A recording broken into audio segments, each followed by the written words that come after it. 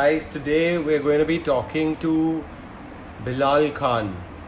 Bilal Khan is basically one of the most inspiring, guys of as the person one of the most inspiring people I have met. He is someone who knows in and out of, I would say, 3D modeling to visualization. One of the first people I think I've spoken to about architecture, very hardcore. And I really love talking to him, and it's been actually quite a while since we have last spoken. So guys, let's talk to Bilal Khan. I'll just bring him live right now with us, guys. Hi Bilal, how are you? Hi, how are you?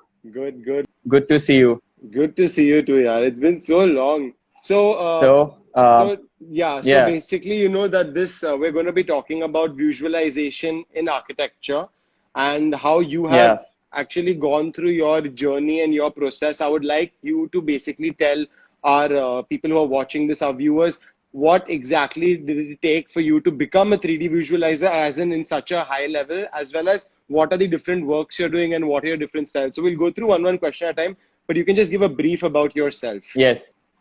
So first of all, it's amazing to be here because it's almost like a continuation of the talks we used to do back in the day. And we have been discussing a lot about almost everything related to design, architecture, culture, society, everything. And now we're going to talk about visualization. So basically, after architecture, after I finished my architecture, one thing that I understood was, to be a part of the architectural community, to be a part of architecture, it's not necessarily that you have to design and build. Like, of course, everybody wants to become an architect to really build things. Correct. And, to see something in a physical manifestation. But now I think that's a notion that has been changing over a period of time, where people are trying to go into architecture journalism, documentation and different kinds of things. So architecture is a very, large and diverse discipline that you can go into, and not just the traditional way of becoming an architect and building. So I think that was something that really was important for me, because as an architect, it's also important to understand buildings and to really relate to them. So that was the reason why I decided. Of course, if I get an opportunity to build, of course I will. And although I do have some projects which are going on, which I'll be building, but this visualization is something that has been a passion for me throughout architecture school. And this is like, for example, you as well. I mean, you are after becoming an architect, you have decided to go a way in which you are actually not just becoming an architect yourself, but actually teaching people and inspiring a lot of people. So it's not necessarily that you are building, but rather people get to attend your classes and get inspired and do things. So in a way, you're creating a lot of architects and a lot of designers. That's actually, I think, visualization is like, basically it is, I think it can be a complete career on its own, right? Even though it's a skill which we use as architects or even interior designers or even designers, visualization skill has developed so fast. For there's a lot of development happening in technology and stuff. That's also one of the reasons why. Why do you think, is it like an enhancement in the design process when you're working towards the client? Is visualization going to benefit you a lot, and what is the future of it? What do you think about this? Yeah, I'll tell you in detail about it. Actually, I'll break some myths here, in the sense that a lot of students, they think that just maybe they can create good images or good renders. They think that their design is better or they can do well. Actually, as a matter of fact, now architecture and visualization have become separate fields. And with, like you said, visualization in itself has become an industry that is upcoming. In the West, it's already established as an industry where there are firms which are doing just rendering, and it has become a service industry to architecture. So it's a whole separate thing in itself, with its own institutes of visualization, and a lot of fine art students, they go into visualization and everything. So in a way, architecture and visualization have become separate, and rather both help each other, and both are in a relationship with each other, in the sense that architects allow other people who are good at visualizing, who are good at understanding images of architecture and how to represent that. You can be good at representing, you cannot be really good at design, or the vice versa. Correct. So that is the reason why this industry actually became a separate industry, and a lot of great visualization firms are coming up, and they have really helped the architecture industry in the sense that these visualization firms, they help architects win competitions by creating, these, for sure. These kind of images, because as an architect, you can envision a design and then you sort of convey it to the visualization firm, and then they sort of help you create that big image that goes onto billboards and everything. It has become a separate industry in itself. So if people really want to get into this thing, they should be like, if you really want to go into it, it's a good time to go into it, because right now it's a young industry in this country, and it's also important to bring in ideas to visualization. That's really that. Like that. I think, I mean, I have seen it grow, and honestly, to be very honest, I know, and even I came to you, I guess, the first person I've ever seen visualizing something. And I came to you in first year with this kiosk of mine, which I had done on V-Ray. And you're like, yeah, but you can do a lot more. And that's how I think basically how I went deeper into visualization. Of course, I have done a lot of professional work as well. There is a level that we have reached in India also regarding visualization, regarding the quality of it, regarding the way they think and conceptualize behind the view also. It has so many different, so many different things.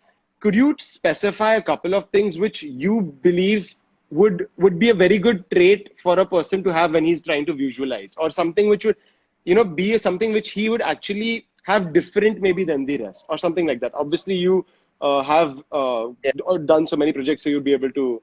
Actually, it's a good question. It's an important question as well right now, because at this point, there are few things. Like, for example, if you want to visualize, really, it's important.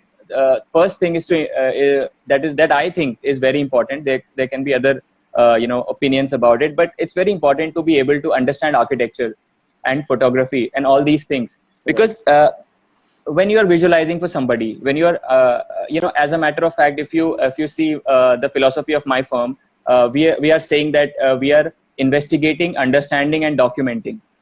So investigating is the first word, where we actually try to understand, investigate a building, what it does, what its relationship with people is. Is it a public building? Is it a residence? What is it really? And how does it really affect the overall situation? These kind of things, if it helps, especially now that you're talking about architecture students, it's very important for us to really get into the deepest things of architecture, to understand architecture, and then you are able to get to the other points of visualization. And I think the second most important point that I think is to be the ability to observe. Observance is very important. Observing the natural surroundings around you, and seeing how things look, how they feel. Especially because visualization is about lighting, about materials, about these kind of things. When you get into these kind of things, you have to understand when light falls onto a material, how does it behave, how it looks, how it feels, is it glossy, is it reflective? You have to be really observant about surroundings, and the more observant you are, the more you can translate it into visualization, and it helps you come a long way. Because a lot of people I see, they visualize buildings from some perspective, some points, but maybe it's a public building and you are not showing how people are actually interacting with it. So it loses its purpose. So visualization is not just about, creating a 3D render and putting nice sun and everything. It's really about exploring the relationship of the building, because right now the building has not been built. That is a very important thing. The building is not built, and you are the one who is actually trying to, you're the first person who is actually trying to understand the relationship with that. Of course, the architect has designed it, but you are going to put it on in a frame. So in that frame, what all do you want to convey? The communication is very important, because communication is everything. And if you go wrong with communication, then it gets the wrong idea across. And that is something that you wouldn't want to do. So I think it's very important to observe, also to understand architecture. These are the two main things that I would say that it would be beneficial for people to have. Yeah, of course. Absolutely. I mean, for sure. I guess a person needs to understand architecture and material. I guess is also a very big understanding Absolutely. lighting, material, all of these. Of course, sure. So, Observing the natural surroundings, basically, that I think is very important, and that can create a difference. That can really create a difference, because if you're not observing, then what I have seen is people don't get the materials right. What I have seen a lot of visualizations from students and from people, that sometimes they'll get the wood really glossy, or metal. You really have to understand that different kinds of metals, how they behave. You have to have a lot of knowledge about materials, and that can only come when you observe real life. yeah, When you're walking through a street, you see how the footpath is, and it's never perfectly made. It's that's always true. weathered. So these little things, little details. I guess that's very true. The last thing I can remember is when I actually had this very big change in understanding how to visualize was when I said, don't keep everything so perfect. You need to have Yeah, that true. little imperfections because that's natural, right? Okay, so I'll continue ahead, but very quickly, top five render engines which you would suggest a beginner to use. Top five render engines. For beginners, I think at this point, for beginners, I think if you really want to get into visualization, first thing that people need to really learn is 3ds Max. That I Okay. would suggest. Okay. Why I would suggest that is because it's the industry standard. Yeah. First of all, it is, and also all the rendering engines Yeah. that come, like V-Ray and all, they So I'm first I'm I'm the asking you first about the five render engines. rendering engines. Okay, rendering engines. I would say definitely V-Ray is Okay. one of the best, and they are like really at the top. Then Corona renderer. Corona Yes, renderer for is sure. definitely that, which I use personally. I use Okay. Corona renderer for my renderings, and Corona is not available for SketchUp. It's So about 3ds Max V-Ray. onwards. That's Correct. why, yeah, that's why I said V-Ray first, because V-Ray comes for SketchUp and all other Correct. things. So V-Ray, Corona renderer. Then of course you have, if you're serious about it, you can go into Octane. Octane is a very Blender. Blender is a modeling plugin, and Correct. Octane is really nice Correct. from what I have seen. Then another one that I would go for is Unreal Engine. Yeah, for sure. See, right now, the world is moving forward in the way with all this COVID situation and everything. People want interactive things. That is the Yeah. future, and Unreal Engine right now is one of those rendering Interactive and ways. Yeah. engines that provide interactive rendering. That is very. I think if somebody wants to get into visualization, they should try it out. And Interactive right now rendering. they're coming up with real time lighting and all these very Okay. interesting things. So Unreal is really Unreal the is future. very, yeah. But Unreal is not too much into architecture. It was more of gaming, I think. Then now people are using Yes, it. Is it something like that? yes, that's true. Actually, the same with many renderers. Like right now, it's all like you said earlier in the talk, that technology or whatever. Mm-hmm. Right now, most of the render engines were never really made for architecture as such, Correct. except for Lumion.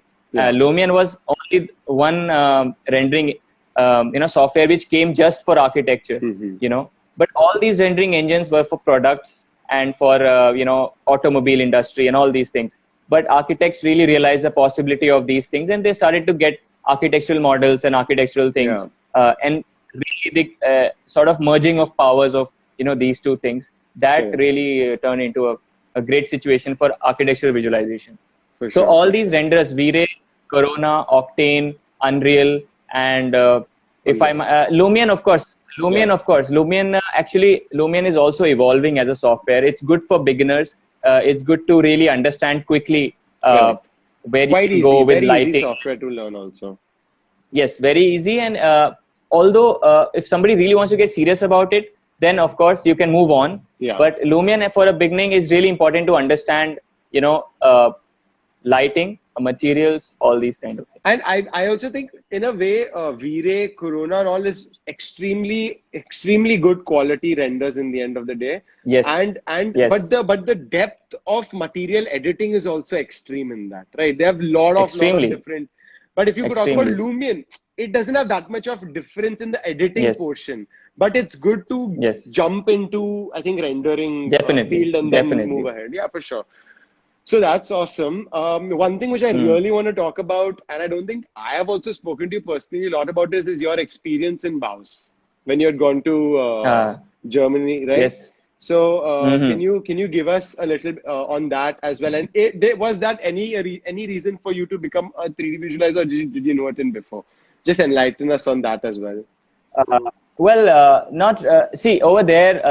Most important thing that I understood, after going there was uh, the idea of architecture, of design in general, was about really trying to talk about it, trying to really justify it. Uh, Sure. what I want to tell whoever is watching this, live is, guys, it's very important for you to justify what you're doing. You know, design is not about your whims or your, something you think is cool, or you think you like some architect's work and you want to do that. It's not about that. It's never about you. Like, design is not about you. It's about responding to a situation. That is something that I really got. There were some professors who really taught me over there, in the sense that it's not about your whims, it's not about you, it's not about how you think what is cool and what is not, and your particular way of designing. And there was a time when architects had their own signature style, like Hmm. FL Wright, and had come in with their own styles. That was an era of really, that was a post-war era in 1960s, and a lot of architects were coming up with Yeah. their own styles. Now you see the world has changed. Now there's globalization. Everything is everywhere. So it's not really about style. Like, you see Bjark Angels, he is a very Hmm. progressive architect, and Yeah. his buildings are not about, there's no one particular style to him. It's all about what the situation demands, what the site demands, what the context demands, what the situation is. Yeah. So one thing that I would like to suggest anybody who is a young designer, or is that try to respond to situations. That is what design is about. And Hmm. of course, there are various ways of responding. Then your expertise, or your intellect, or your observations, or your knowledge comes through. Correct, for Really, sure, that's for sure. that's later. But first, the intent, the agenda is to really respond to a particular situation. That is what design is about. That is something that really got me when I was there, because, and also one more thing, that everything is related, and you have to Sure. really care about things. You have to care. Design is about caring. That, Correct. in Germany, the thing about it was, they were really philosophical. It wasn't about just getting to the drawing board and trying to do. The first project we got, really, we almost, for 2 weeks, it was just talk. Hmm. It was just talking. We're just talking about what could be, what other things, lot of talk. Here, Correct. what I see in our educational curriculums is, there's less talk and more about doing. The emphasis is on having a do, just get to do, show Yeah. me what you have done. That kind of an attitude. But really, before you even draw a line, to have something, a clear conscience, and to have a real agenda before you even draw a line, that is something that I really got from there. It was really an overwhelming experience. It was, so what I realized, that it's also not only about learning, but also about unlearning. A lot of things I Yes. unlearned when I You're went actually, there. this is the second, at the third Ace Talks that we have had. So the first was with Samujjal Paul, second was with Rajesh Yeah. Shinde. He was into, Mm. data analysis, and third is with you. And even in the last one, right, he said the same thing. You need to know how to learn and then unlearn. Because if that's Exactly. not the case, you'll never really maybe grow in general also. Yes, it's in everything. I mean, it's in everything. It's just, if you go to a new restaurant, if you go to a restaurant which you have never had food at, Hmm. I mean, that's unlearning, because you have some notions, you have some preconceived notions about something, and you go there and you've never tasted it before, and you don't Correct. know what it tastes like. So that's unlearning. That's when you really, you forget all what you have learned till now, you've understood till now, and it completely shatters all your fundamentals and For brings you to a completely new plane. And with architecture also, I think it's very important for everybody to question yourself. all the It's time. very important. Criticism is very important. It's very, Most really important. important. That's Yeah. what I learned from there. That's, yeah. But I completely agree to this point that you need to constantly keep learning, right? You need to keep unlearning and learning, and that's one thing which, as architects, interior designers, graphic designers, any design field is necessary, right?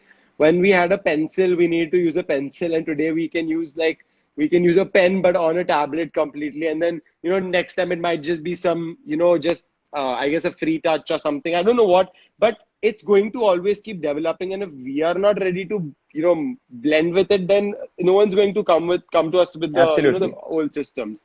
So that's for sure. Always update yourself is one very big thing. When you started getting into the visualizing business, right?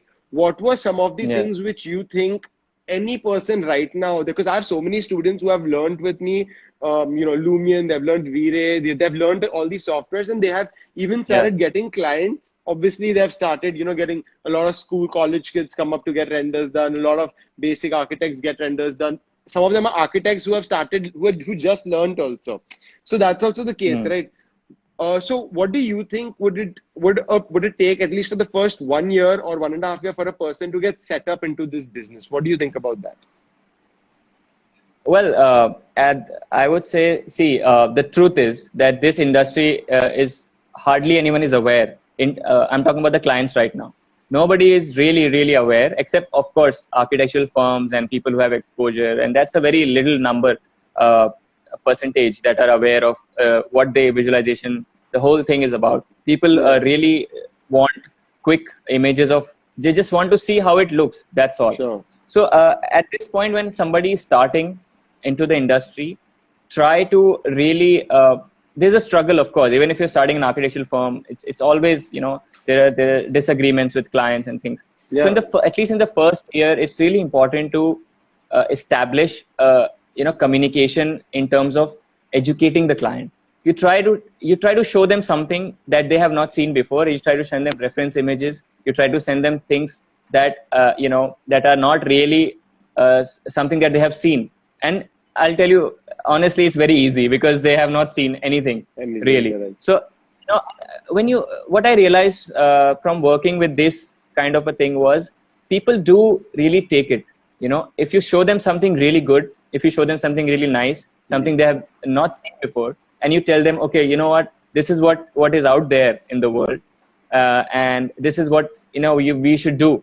And it depends on the client. If a guy who's building a house, a contractor comes to you and asks you for a house render, you cannot tell him about the philosophy of all these things, Sure. right? You have to deal with that person in a different way.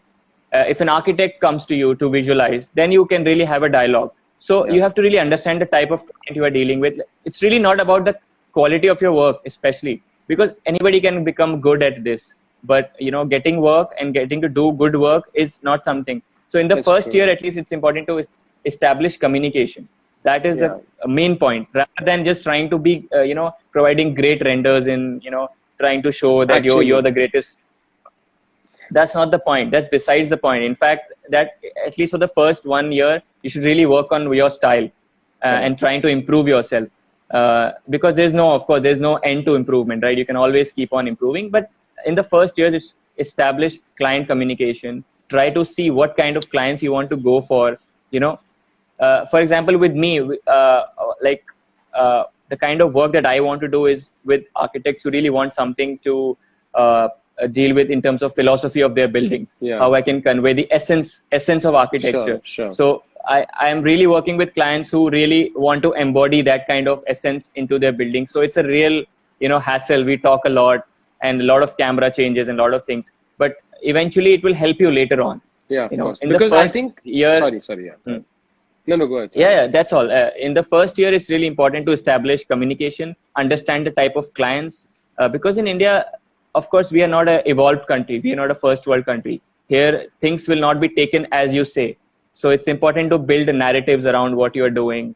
You have to really, make them believe into stories that you create. Architects can create really good narratives and stories. So it's important to do that with clients, because otherwise, it's not. Otherwise, you won't be able to get into the big market. The big market and the big money and the big things, it's all together. If somebody is giving an image which costs 45K, right? Think about it. A 45K for an image, you really have to work your way up to that level. Yeah, for sure. You can do a great render and you can say that, I demand 45K for this, but that's not going to happen. You have to keep, evolving that kind of client communication. So you end up being into the big league. So Correct. that is really. So what I was saying was basically that I had this webinar where I was telling the students about all these different things that you are that you can use, all these different skills, and you can use them to get clientele, to become a freelancer with these softwares. You don't need to be an architect, you don't need to be an interior designer, but you can use these skills and still earn. Yeah. Still, even if you're just in college, you can still use it to earn. And I mean, like, I'm sure you have done a lot of work in college as well as when I'm talking about professional work, right? So I mean, there's a big way for that as well. You start with maybe just 2,000 rupees a view. I don't know, that might be really little in your case, Yeah. but 2,000 rupees a view. But you can go up to, there is the level of going to 6 lakhs, 2 lakhs also Yes. a view. Like, we have seen Absolutely. people who said 2 lakhs a view. So there's this massive range, and you can be in such a big industry where there are so many different ranges and so many different architects ready to pay you at different levels. So what do Yeah. you think happens when there is that much competition in the market? Is it affecting, or is it people are stuck to their own renderers? They don't want to get it done from anyone else. Well, it depends on the situation, honestly. Like, it's a very diverse situation. Like, of course, people, what they want is what really matters. It's not about, okay, we may like rendering, we may want to do great renders, but what if it's not what people want? Yeah. So you really have to understand the market and the situation. And right now, it's all also about the scale. For somebody who's getting a residence built.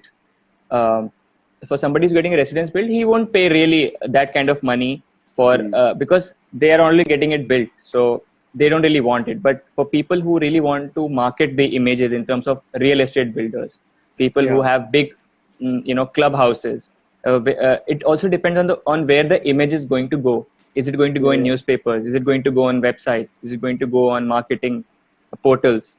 So that kind of market, if you're able to understand, and that kind of images, because it's not only about realistic images or rendering, or it's not really about only those kind of things. It's also about the kind of ideas, like I said earlier, what you want to convey.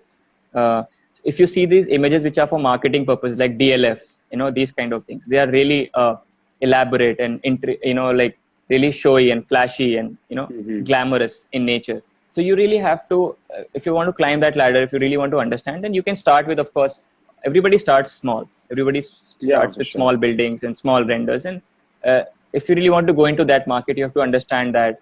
And also, it also depends on the kind of client communication you create. People work in visualization firms, and, after you reach a certain point, it's not you who is doing it. In big firms, what really happens is somebody is a modeling person, somebody is just doing post-production, somebody is an environment artist, somebody is just there for rendering. So work will get divided, like an architectural firm or interior design, everything. Work gets divided. When you start small, you do everything yourself. When you start to get bigger, you start to eliminate work and you start to, get into a hierarchy system where you delineate work to other people. So you really have to understand where you want to go with these. If you have the kind of, understanding of those things, you can really make it. It's really up to you, honestly. Like, after a point, you cannot just say that, okay, I'll be the only one who's going to do every image and everything. Yeah. Right. Yeah, for sure. At the end of the day, it's all about the idea. And if you have people who can work for you, and then, because, you cannot be good at everything. You may be good at making a small for a good house, maybe, but when you have to really do a housing render, then you need a guy who is good at post-production.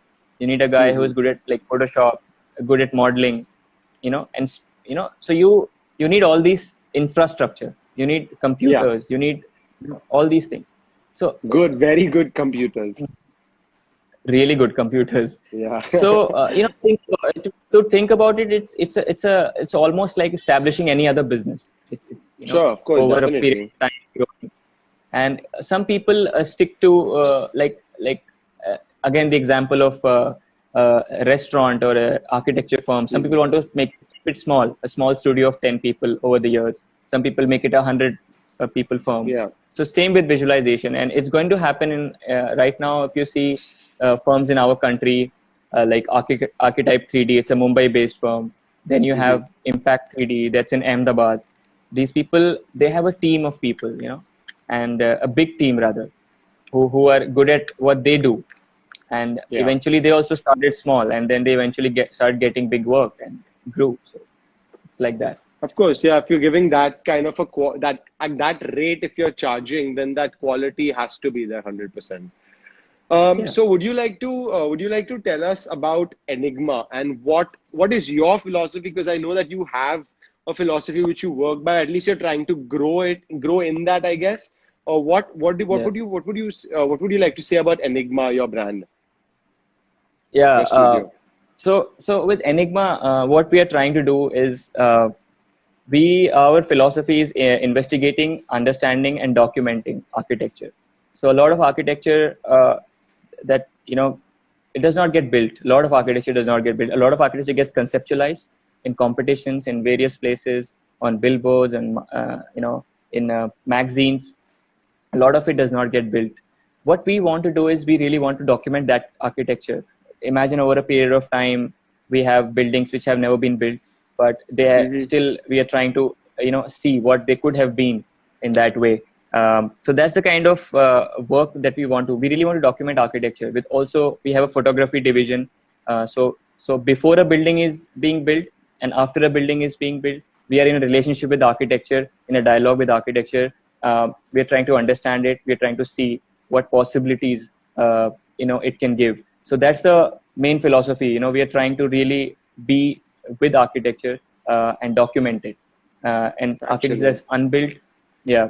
So also, everything is evolving. We are trying to explore different styles. We are trying to form our own style. So it's also, it's not just about realistic rendering. If you see a lot of firms do surrealistic styles, and it's almost like a painter. Some painters do realistic, some painters do hyper realistic, some painters do abstract. So it's correct. also an art form. To think of it like an art form, uh, then you really get to the essence of it. It's really an art form where you actually try to create images. It's like a painting Yeah. that you're trying to create. So this is how we want to approach it, the whole idea of architecture visualization and visualization. That's amazing. Really, like such a different thought than what people would go to actually start rendering. They'd be Yeah. like, no, we just want to, make money out of it or something. But documenting architecture is such a it's like a different approach where I Yeah. think very few people would go for. Yes, Okay, so let's just documenting answer. unbuilt art Yeah. is important because Sorry? some things are. I'm saying that documenting unbuilt architecture is important also. Of Yeah. course, buildings get built and everybody photographs them, but this may be the only memory of a building that we could ever have because it's never gonna get built. So think about it in that way. So Yeah. yeah, it's like that. So basically, with the entire BIM happening all over India right now, where everyone is, trying to get into, where architects are running behind Revit, thinking that it's BIM, but of course, BIM is like this big environment which includes all these different tools and everything. So, like we have Yeah, STAAD Pro, we have Revit, we have MEP for Revit, we have all these different things which come under the entire BIM, ecosystem. Or even yeah. visualizing is a very big part of it, right? So Yeah. yeah, these are different things, Raj. To see if you see it in that way. Um, about BIM is about building, right? BIM is about Correct. actually trying to build things and getting it right, getting the plumbing, getting the things, getting the electrical circuits. It's not really related to architecture. It's a whole different thing.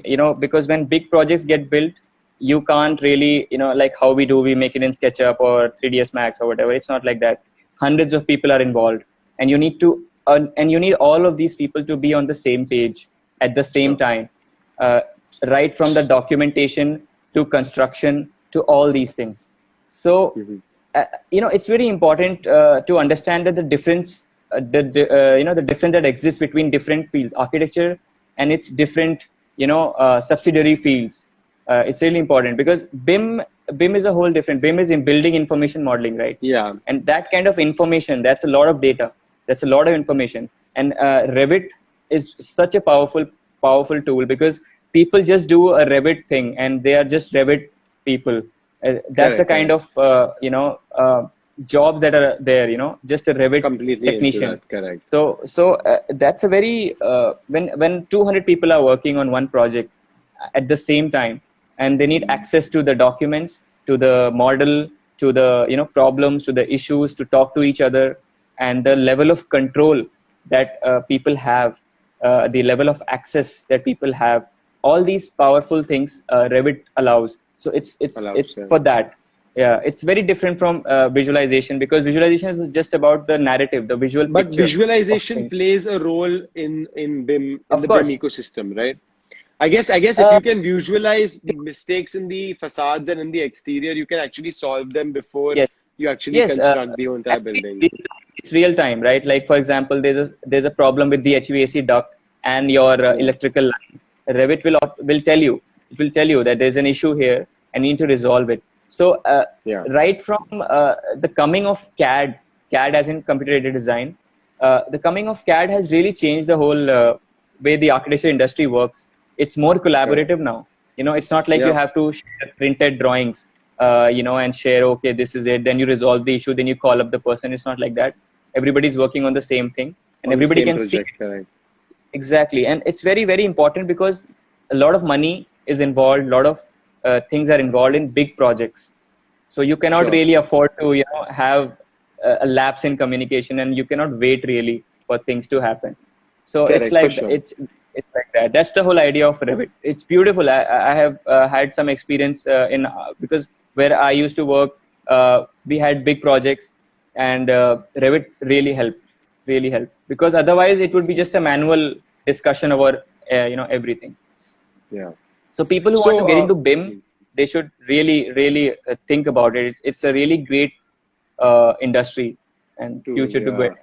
Okay, so let's answer a couple of questions that we have. One is, could you please suggest some render engines for interior designing?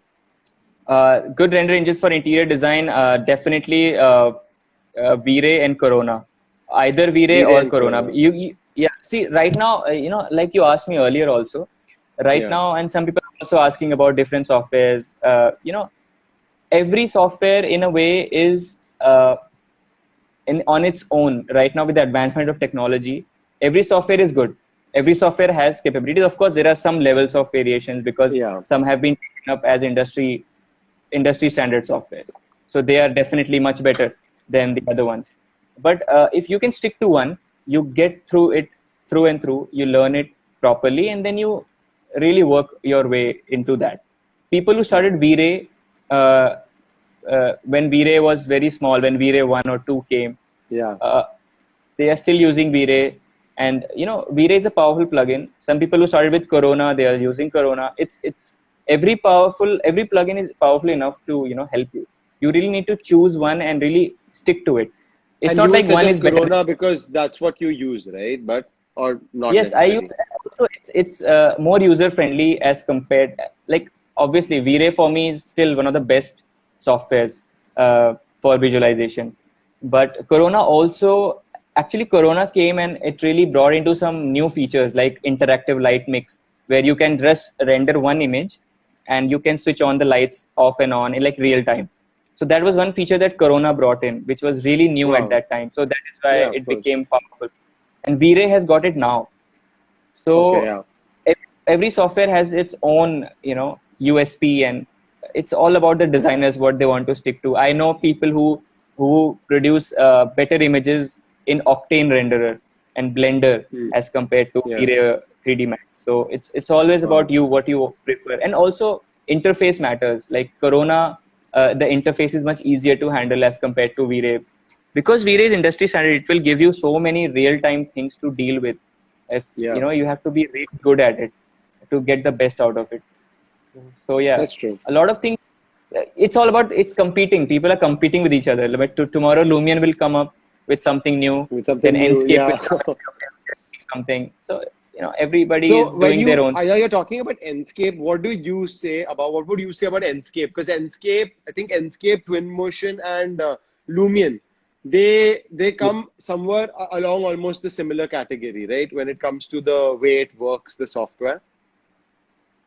Lumion and Lumion, Twinmotion.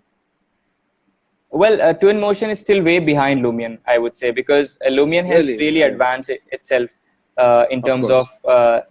real-time rendering and a lot of things, material-wise and lighting scenarios. Lumion is way It's way become ahead right extremely good, now. yeah.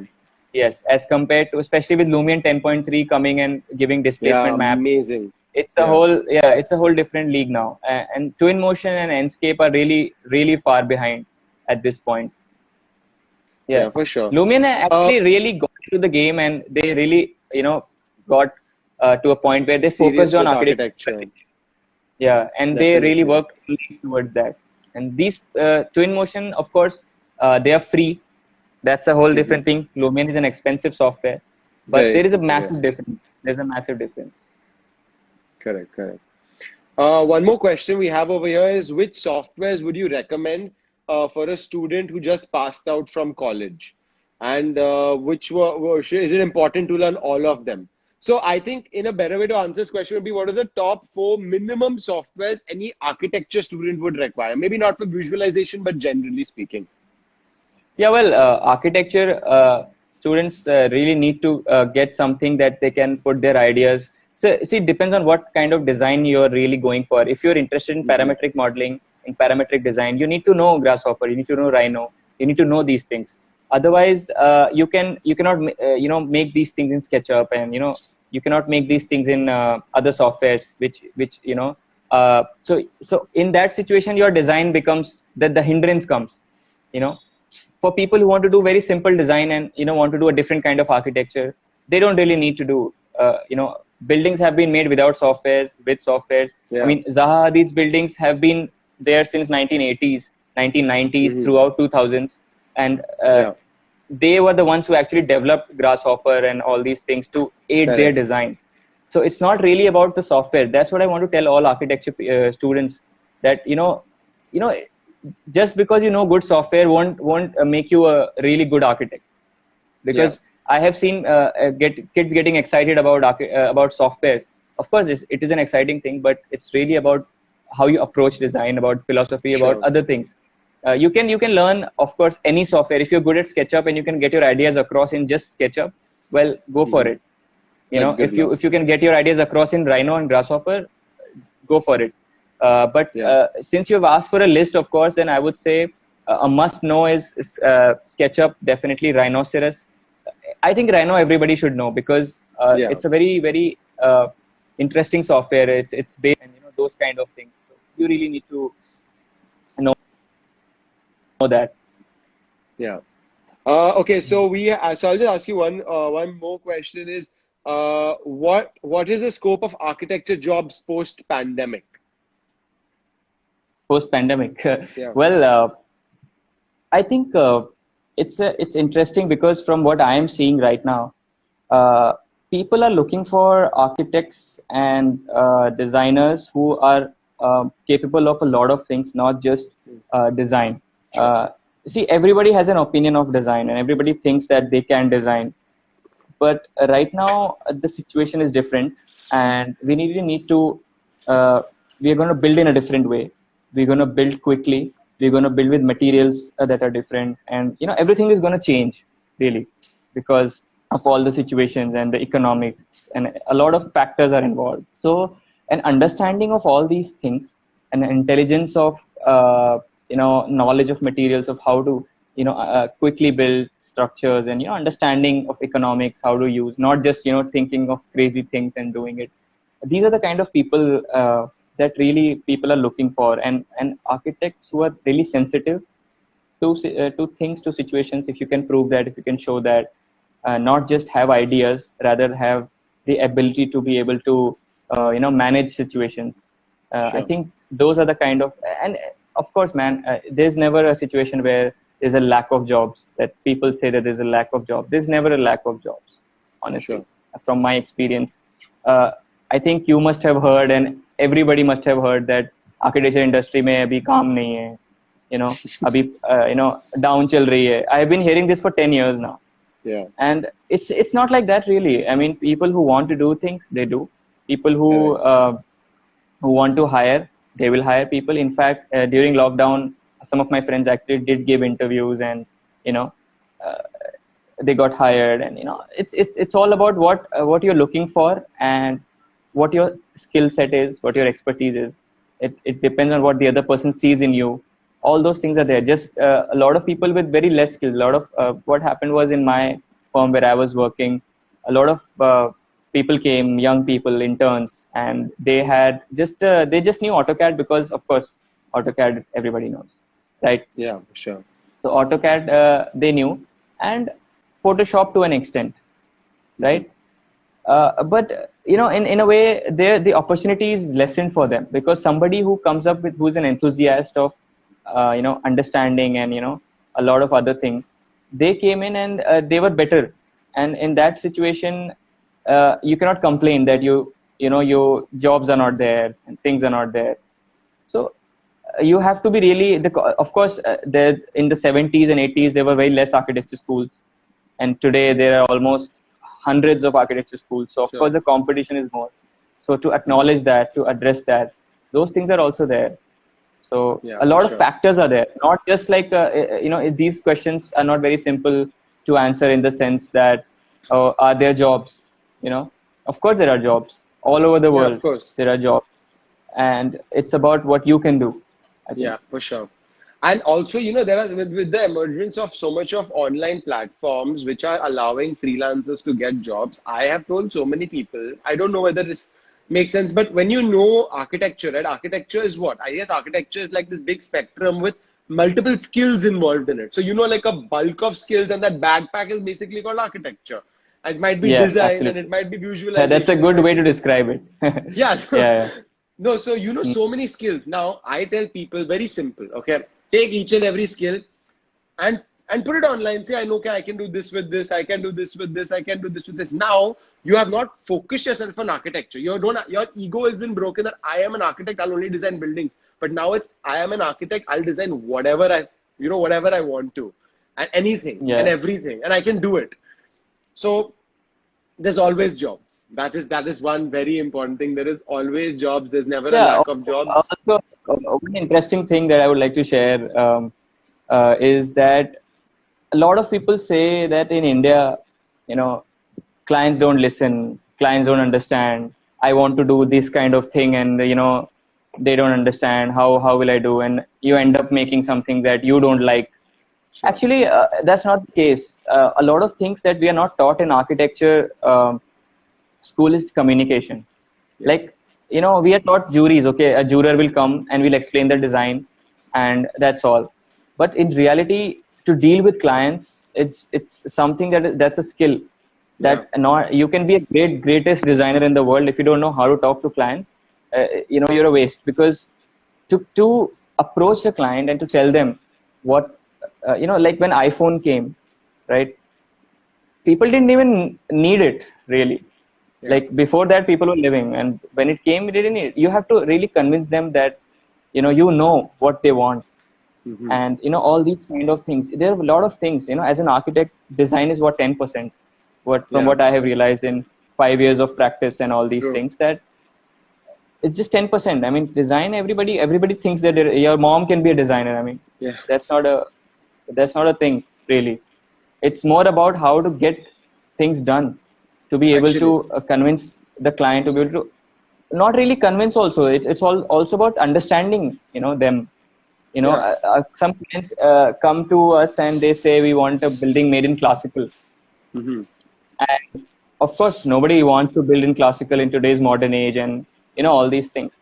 So instead of just trying to, have that aggressive dialogue and, you really need to create a narrative. You need to tell them, because they're coming in with a reason, basically. Customer first, always. Yes, they're coming. Thing, Absolutely. And to tell them that by doing this, what's going to happen and how is it going to happen, and, trying to tell them the reality of the situation, because they are not aware of it. Sure. If they are paying you to tell them something, you got to tell them that, That's true. And it's not about losing the project or anything. So it's really, communication is the word that I would use for almost everything, whether it's the client, whether it's somebody else you're showing your design to. And that's why in visualization, the idea of communication, you have to be really clear about what you want to communicate, how you want to communicate, what is it about. So yeah. Actually, that's very true. Renders as a hindrance for the required creativity in the design process.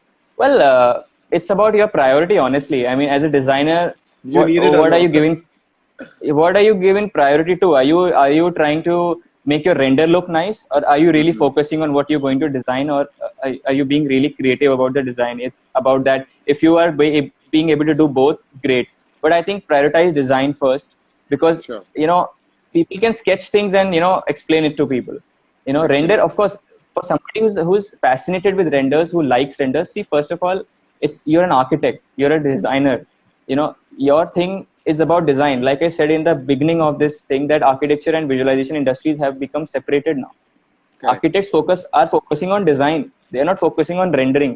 They are giving renders to somebody else to do. Why is that a reason? Why do you think that's a reason? That's because somebody else has a job specifically to do that. Yeah. To just render. Focus on that. You focus on design. You focus on the solving of the issues. Correct. So to this question, I would say it's really about your priority, man. Like, if you are interested in rendering more, then you might as well let somebody else design. I mean, or if you're a good designer, focus on that. If you're satisfied with those things, if your client is okay, then you might want to show it in a better way. Then the whole renting thing stops. Correct. You don't have to be necessarily a great renderer or a great rendering expert to become a good architect. You can be shitty renderer, and you can be a great architect. I mean, I'm pretty sure Peter Zumthor doesn't even know how to render. Yeah, but that doesn't mean no doubt, of he's course. not the greatest architect. So focus on design, focus on philosophy. That's very, very good. What you said was focus on one thing. Do not try and waste your time trying to get into everything.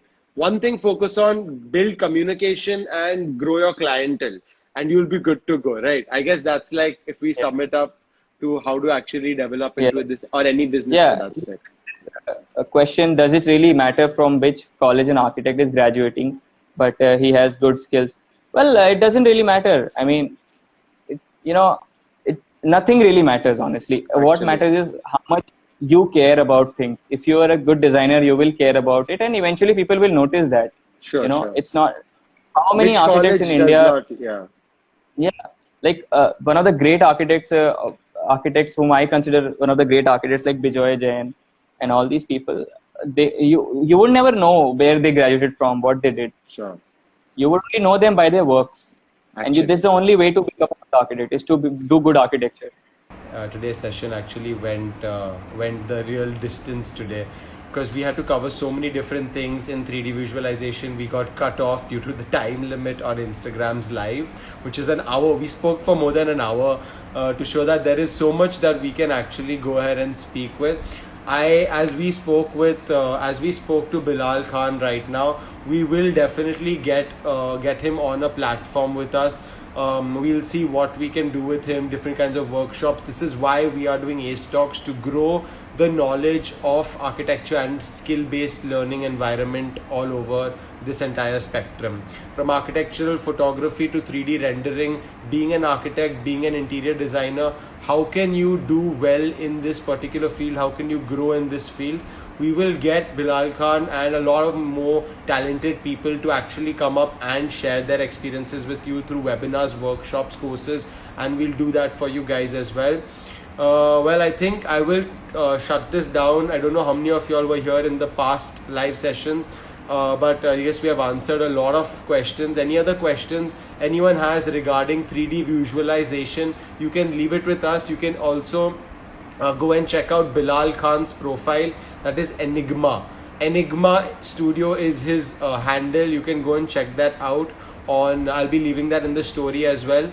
So it was amazing to talk to Bilal. I don't think we're able to get him back now, but I guess it is good enough since we spoke to him and were actually enlightened by so much of work. For all the rest of you who are here, do go check out www.acedesigninstitute.com. We have launched 6 courses, all the way from AutoCAD, SketchUp, Lumion, Photoshop, Rhinoceros, as well as project management, a new entrance of executive education at Ace Design Institute.